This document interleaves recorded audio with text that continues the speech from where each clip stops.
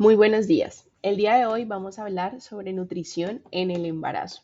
Mi nombre es Laura Daniela Balbuena Moreno, soy nutricionista dietista de la Universidad Javeriana de Cali. Hago parte también del semillero OpGyn. He tenido experiencia en nutrición clínica, consulta externa, programas especiales de crónicos y actualmente me encuentro con una línea de micronutrientes en polvo en cuanto a nutrición comercial.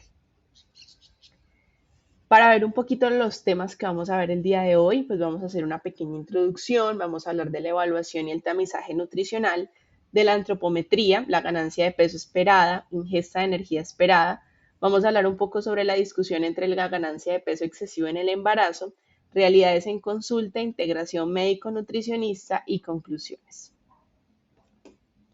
En cuanto a la introducción, recordemos que el periodo de gestación influye directamente en la salud de vida, no solamente del infante, sino también del futuro adulto que va a ser la madre. Actualmente también se habla de que la salud del padre también es muy importante a la hora de realizar todo este proceso de fecundación, ya que su genética también va a impactar en la salud del niño. El estado nutricional durante la gestación está asociado al desarrollo fetal, crecimiento y posibles deficiencias si este no es adecuado. Estas deficiencias van a tener impactos tanto a corto como a mediano y a largo plazo.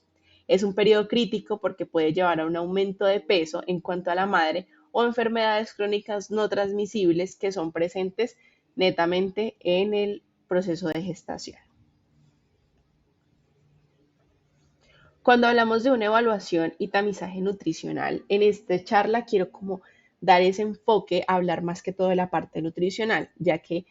digamos, ustedes como médicos y nosotros como nutricionistas sabemos que cada quien tiene, digamos, sus pautas diferentes. Obviamente tenemos que saber todo un poco y entender todo lo que es la historia clínica, los exámenes de laboratorio, los diferentes diagnósticos que tenga la paciente,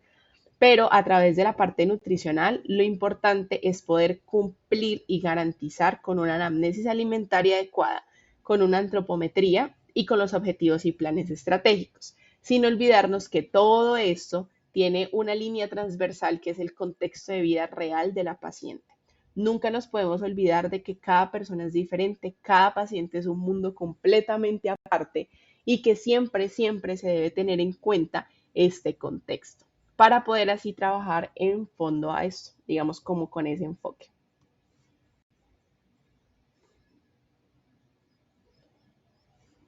La anamnesis alimentaria tiene como objetivo conocer la ingesta de alimentos de un paciente. Como lo dice la palabra anamnesis, es ese recordatorio que se hace en la parte de salud y esta vez va a ser como enfocada en la parte alimentaria. Vamos a ver qué los horarios, las cantidades, el tipo de ingredientes que están utilizando y con esto nosotros podemos estimar un aporte calórico de macronutrientes principalmente para ver si está teniendo un porcentaje de adecuación, es decir, la comparación entre lo que necesita y entre lo que consume, que sean acorde a sus requerimientos. En las herramientas que tenemos el recordatorio de 24 horas, que principalmente es utilizar esta herramienta que es conversar con la paciente, preguntar todo lo que consumió el día de ayer, por ejemplo, que fueron las 24 horas pasadas. Se tiene que especificar muy bien que es desde que la primera comida hasta la última, porque a veces uno dice no, desde el desayuno hasta la cena y la paciente pueda que antes del desayuno se tome que es un juguito o que algo diferente o después de la cena algo y entonces se cierra un poco como al término de desayuno y cena. Entonces es preguntar todo lo que comió con horarios y también con detalles de ingredientes, es decir, si me dicen, no, almorcé una bandeja paisa, bueno, ¿qué traía la bandeja paisa? No, desayuné un sándwich, bueno, ¿cómo venía el sándwich? Para que nosotros podamos, digamos que estimar muy bien esta cantidad de alimentos. Se espera una total honestidad del paciente, sin embargo, siempre va a existir un margen de error porque a veces no tenemos la estimación adecuada, no tenemos la información 100% real y pues podemos, digamos que alterar un poco esto, pero es una de las herramientas más eficientes. También podemos utilizar la frecuencia de consumo en caso de que la paciente no tenga muy claro estos alimentos o haya tenido como alteraciones por sintomatologías o por diferentes procedimientos. Entonces podemos preguntarle a diario qué tipo de alimentos consume, es decir, frutas, verduras, leguminosas, proteínas, lácteos y semanal y mensual para así tener como una idea de cuál es la frecuencia de consumo de cada alimento y así poder estimar esa evaluación cualitativa y cuantitativa de la alimentación de la paciente. En cuanto a la antropometría, siempre con el peso que se va a trabajar es el peso prenatal, es decir, con el peso que inició el embarazo, el último peso que tuvo antes de darse cuenta que estaba embarazada, de estar confirmado el embarazo, y con ese es el que se harán los requerimientos. Es algo muy importante clasificar a las gestantes con esta tabla que nos brinda la resolución de MinSalud 2465, que está en la parte de las curvas de OMS del crecimiento y desarrollo, y lo ideal es acá poder hacer las semanas de gestación y la parte del índice de masa corporal. El índice de masa corporal se va a calcular con el peso actual que se tome de la paciente y con la altura al cuadrado. Eso es muy importante tenerlo en cuenta porque la clasificación en cada vez de la cita, pues la idea es que obviamente vaya aumentando por el aumento de peso que se espera en la gestación, pero la idea es como siempre iniciar y explicarle a la paciente cuáles son estas diferentes clasificaciones, cómo podemos ver un bajo peso, un adecuado, un sobrepeso y una obesidad para la edad gestacional, y cómo también asesorar a la paciente en este momento para que nos mantengamos en una línea, digamos, adecuada de ganancia de peso, o en caso tal de que la paciente necesite controlar un poco ese peso, pues poder también como mirar cómo vamos a variar en esta parte de las gráficas. ¿Listo?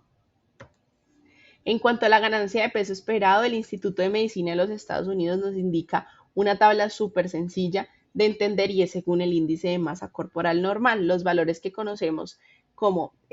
bajo peso menor a 18.5, peso normal eutrófico entre 18.5 y 24.9, sobrepeso entre 25 y 29.9 y obesidad mayor a 30, ¿cierto? A partir de esto se va a esperar una ganancia de peso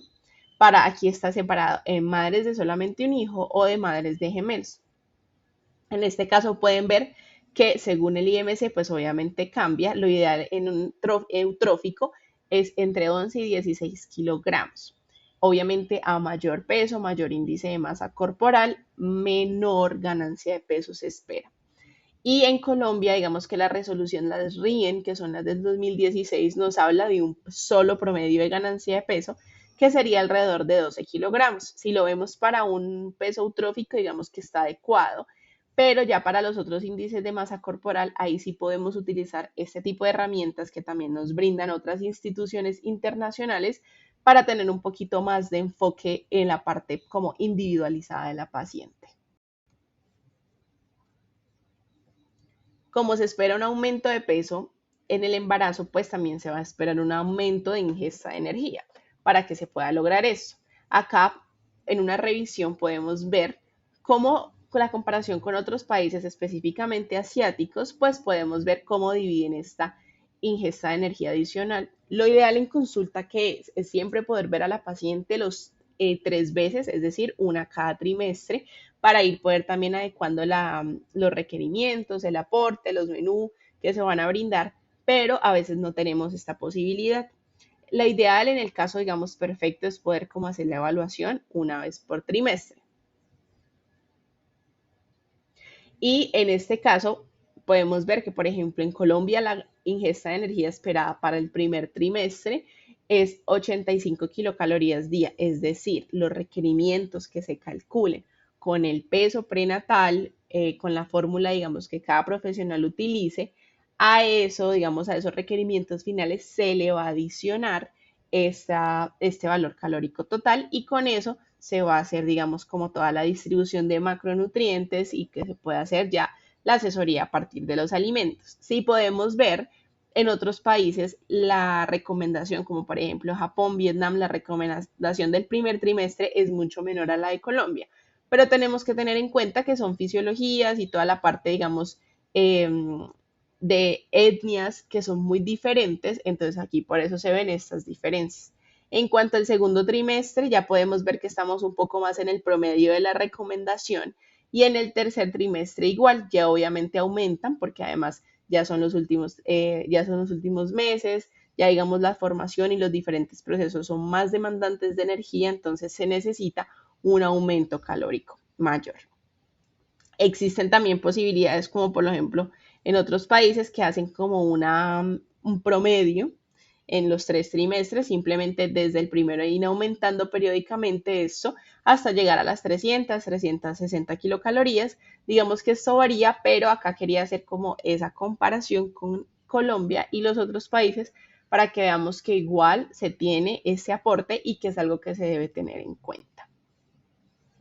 Un tema a discutir que me parece muy importante y que digamos que va de la mano con todas las recomendaciones de los profesionales en la parte de gestación, ya que no solamente lo veo médico, sino que también interferimos los nutricionistas, la parte de psicología, la parte también de enfermería y la parte de fisioterapia en algunas ocasiones, es la ganancia excesiva de peso en el embarazo. Esto es algo que trae muchísimos riesgos y consecuencias y por eso se debe intervenir de manera preventiva, pero en casos de que ya tengamos esta ganancia, pues entonces, como tal, el tratamiento. Iniciar el embarazo en un estado nutricional de obesidad u sobrepeso, pues siempre va a estar relacionado a complicaciones a largo y corto plazo, tanto para la madre como el bebé. En la madre, ¿qué va a pasar? Digamos que va a haber una relación muy grande con el mediador, que es una hormona, que es la leptina, y esto va a aumentar el riesgo de tener anovulación, amenorrea, oligomenorrea, síndrome de ovario poliquístico, cuando la madre tiene un estado nutricional de sobrepeso u obesidad. ¿Qué pasa con esto también? Digamos que esto puede estar asociado a diferentes índices de infertilidad por el mayor contenido de andrógenos y por las diferentes como cambios hormonales que también se tienen. Recordemos que la leptina es una hormona que principalmente está producida por el tejido adiposo, pero también se encuentra producida por el hipotálamo u otros órganos secretores. Y a mayor concentración de leptina, me voy a ir a la próxima diapositiva, a mayor concentración de leptina, pues digamos que vamos a tener el riesgo de tener resistencia a la leptina y eso nos va a generar un riesgo mayor de poder tener como problemas para el embarazo, tanto para quedar en embarazo como para desarrollar un embarazo sano. Recordemos que la leptina también tiene relación con la secreción de hormona liberadora de gonadotropina, con la hormona luteinizante y con la hormona folículo estimulante. Entonces, por eso tenemos estas diferentes como consecuencias. Como podemos ver en la imagen, la leptina y la grelina, ambas están relacionadas en el proceso de hambre y saciedad, pero una vez tengamos como un desbalance y tengamos una resistencia a la leptina, no se va a tener ese proceso de saciedad igual y por eso vamos a ver como más presente esto en los casos de obesidad o de sobrepeso. También digamos que un estado de esto puede llevar en un embarazo a producir diabetes gestacional, hipertensión arterial gestacional, partos por cesáreas, retención de mayor peso postparto, preeclampsia y obesidad a largo y mayor susceptibilidad a comorbilidades, ¿cierto? A largo plazo, la obesidad. Y en el bebé, pues obviamente va a haber mayor riesgo de muerte fetal, distocia de hombros al nacimiento, nacimiento pretérmino, riesgo de obesidad infantil y riesgo de desarrollar diabetes mellitus también. ¿Qué problemáticas nos vamos a encontrar en este momento, digamos, después de uno saber la teoría y todo lo indicado? Pues que a veces hay una falta de conocimiento por medio de los profesionales en cuanto a las recomendaciones de actividad física y de nutrición. ¿Por qué? Porque nos quedamos con lo básico, nos quedamos con las recomendaciones, digamos que generales, que es evitar el consumo de alcohol, evitar el tabaco o vapeadores, precaución con alimentos crudos, medio cocidos o manipulados por terceros en sitios que no sean inocuos, que no cumplan con las propiedades, digamos, del buen manejo de alimentos y moderar o evitar un consumo de cafeína. Esas son como las recomendaciones que siempre se ven en toda la literatura y que también, digamos, la hemos escuchado bastante, pero como profesionales debemos ir más allá, debemos indagar, como les decía, individualizar al paciente para que podamos tener también esa capacidad de dar recomendaciones fijas, exactas, que en verdad vayan a cambiar y a impactar en la vida de la paciente. Existen también muchos mitos o miedos por medio de familiares, conocidos o cercanos en cuanto, por ejemplo, a los hábitos alimentarios. Entonces les da miedo la parte del ejercicio en el embarazo, les da miedo cuidarse un poco más en el embarazo con la alimentación, por el que de pronto no se vaya a la ganancia de peso esperada o porque de pronto se vaya a lastimar. Y digamos que esto siempre, siempre va a ir en el contexto profesional de que la paciente pregunte si el embarazo es de alto riesgo, si puede hacer actividad física, en la parte de nutrición, qué debe comer, qué no debe comer, qué opciones de menú le pueden dar, qué opciones de distribución de macronutrientes para que se pueda tener todo respaldado por los profesionales, pero que no nos quedemos en esos mitos o en los miedos. Van a haber muchos también problemas de embarazos no deseados o no planeados. ¿Y qué pasa con esto? Que la paciente no va a tener una preparación previa, la paciente va a estar en un contexto a veces completamente diferente, en realidades o estilos de vida que no son a veces compatibles con un embarazo y va a ser muy difícil también arreglar estos hábitos, más no imposible. La ausencia de controles de nutrición, psicología o fisioterapia durante el proceso de gestación. Nos quedamos cortos a veces en la solamente revisión médica por el hecho de que el médico no puede hacer todo el contexto general, sino que ustedes obviamente van a estar pendientes de todo lo que es la parte clínica médica, pero ya a la hora de entrar a la parte nutricional, pues vamos a tener diferentes confusiones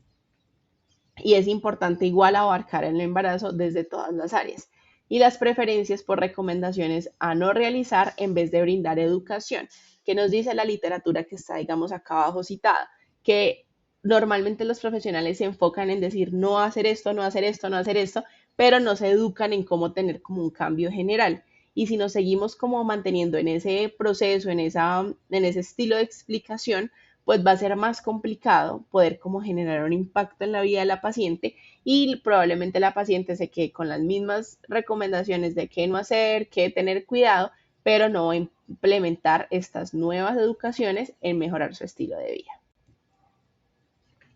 ¿Cómo podemos intervenir entonces? El periodo antenatal va a ser el momento más indicado para enseñar. ¿Por qué? Porque va a haber un periodo de mayor recepción y adherencia a las recomendaciones por parte de las madres y de todos sus compañeros. Cuando hay un estado de embarazo, obviamente eso es lo principal, eso que queda siendo como digamos que el tema número uno a intervenir, a cambiar, a poder como hacer diferentes estrategias para que el embarazo siempre salga de la mejor manera. Entonces, por eso acá se debe intervenir individualizando la consulta, haciendo una clasificación coherente en cuanto a las gráficas que les decía para poder, digamos que, establecer la madre en qué estado nutricional se encuentra y hacer un trabajo en equipo adecuado y gratificante con los demás profesionales para que de la parte de cada uno de nosotros podamos intervenir de manera adecuada a la paciente. Realidades que nos vamos a encontrar en consultas. Por cuestiones de tiempo, protocolo, solamente se va a tomar peso, talla, se va a brindar el índice de masa corporal y se va a dejar a la paciente falta de información. Aquí ya digamos que es una realidad con la que nos enfrentamos, pero es algo que debemos aprender a ser recursivos para poder dar el material necesario a la paciente y que pues digamos que de manera gratificante se pueda abarcar todo lo que queremos saber, ¿cierto? Igual con un índice de masa corporal y con la parte de semanas de gestación ya podemos clasificar a la paciente, que es lo más importante. Y a partir de ahí, pues digamos que realizar el cálculo teniendo en cuenta también el aumento de energía, del consumo de energía que se debe tener en cada trimestre. Embarazos no deseados adolescentes, los que les decía ahora, esa preparación, esa falta de preparación o falta a veces de tener como apropiación del estado de salud que tú tienes en este momento, del compromiso tan grande y responsabilidad, es un reto que tenemos como profesionales para poder capacitar y poder como educar a este tipo de pacientes. Patrones alimentarios alterados por sintomatología. Va a ser muy frecuente encontrarnos pacientes que vengan con náuseas, con vómitos, con rechazos a alimentos y que las recomendaciones que tú les des no sean las más, digamos que adecuadas para que se adhiera, porque digamos es algo que ella te está diciendo que no está comiendo, que no quiere. Entonces ahí por eso es importante escuchar al paciente, hacer muy bien todo el proceso de individualizar, de escuchar la anamnesis alimentaria, de ver cuándo son las ventanas de hambre más grandes para poder intervenir a ese momento. El aumento de ingesta de carbohidratos por los antojos o por las tolerancias. Normalmente los alimentos fuentes de grasa causan mayor sintomatología en cuanto a la parte de vómitos y de náuseas y los pacientes van a estar consumiendo mayor cantidad de carbohidratos, además que van a tener estos tipos de antojos, la familia le van a traer diferentes alimentos que normalmente son más altos en carbohidratos. Aquí hay que tener precaución porque nunca la idea es como restringir en la del embarazo, ni tampoco hacer como un déficit calórico enorme o tampoco como cortar, no, eso nunca es la idea en la parte de gestación, pero sí es importante poder tener como ese asesoramiento y esas cantidades de carbohidratos, digamos, contadas, como calculadas, para poder estimar al paciente cuál es la idea general que debe consumir para evitar patologías como diabetes gestacional, por ejemplo. La alteración en los estados de ánimos. La alimentación va a ser una de las fuentes más grandes de una compañía grande en cuanto al manejo de ansiedad, de los nervios, de todo este cambio de vida que está teniendo en este momento la paciente y por eso no podemos quedarnos con unas recomendaciones impresas o unas recomendaciones de siempre, sino que se debe ir más allá y saber qué papel está jugando la alimentación, cómo la están distribuyendo y por eso escuchar a la paciente y saber cómo adecuar esas recomendaciones. ¿Cómo entonces podemos hacer esta integración médico-nutricionista? Mejorar la nutrición y el estado de salud antes y durante la gestación, pues digamos que va a contribuir a los resultados obstétricos de supervivencia perinatal y salud a largo tiempo. Entonces es tener esta conciencia de que ambos debemos dar esas recomendaciones nutricionales, pero respetar que en la parte de nutrición pues se va a dar como unas recomendaciones y unos cálculos muchísimo más internos y que podamos tener muchísimo más como profundos, perdón, y que podamos tener esa coherencia. Adaptar las recomendaciones a la individualización del paciente, es decir, escuchar muy bien al paciente, poder tener como esa coherencia con lo que él nos está diciendo, como con lo que nosotros le vayamos a planificar. Atención obligatoria a la intervención nutricional para evitar problemas metabólicos, poder también ver todo el antecedente de la paciente, poder también remitir a las diferentes profesionales para que todos podamos abarcarla de manera adecuada. Y pues siempre las recomendaciones por encima de todo de variedad de alimentos, pescados también, alimentos altos en aceites, en ácidos grasos monoinsaturados y poliinsaturados y el consumo de fibra, ¿cierto? Además, acá no me salió, perdón, de tener todavía en cuenta obviamente las recomendaciones generales que son evitar los alimentos que tengan un poquito de riesgo en la salubridad de sus manejos, también poder tener como una precaución con los alimentos por fuera, que no tengan la cocción adecuada y tener mucha, mucha precaución con evitar todo lo que es tabaco y alcohol. Mensajes para llevar a casa después de esta pequeña charla. La nutrición en el periodo de gestación siempre va a ser fundamental, no solamente para un desarrollo a corto y largo plazo del bebé, sino también de la madre. Cada profesional de la salud tiene su rol supremamente importante en el periodo de gestación, por eso es fundamental que trabajemos todos en equipo para tener los excelentes resultados.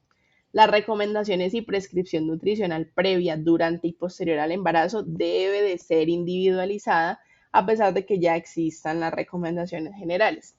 Y el hecho de contar con antecedentes mórbidos o hábitos no adecuados no significa que no se vaya a poder generar un cambio. De hecho, está evidenciado que cuando hay un mayor riesgo de muerte fetal por el hecho de tener estados de obesidad o sobrepeso, si hay una disminución de peso, digamos como una ganancia adecuada, más no excesiva, a partir del segundo trimestre, eso va a reducir ese riesgo de muerte fetal. Entonces podemos ver que también durante el embarazo se pueden hacer impactos positivos y es una construcción de hábitos que a futuro, digamos que va a ser ya la base que la madre va a tener para educar a su bebé y ella para continuar su proceso de vida y de alimentación.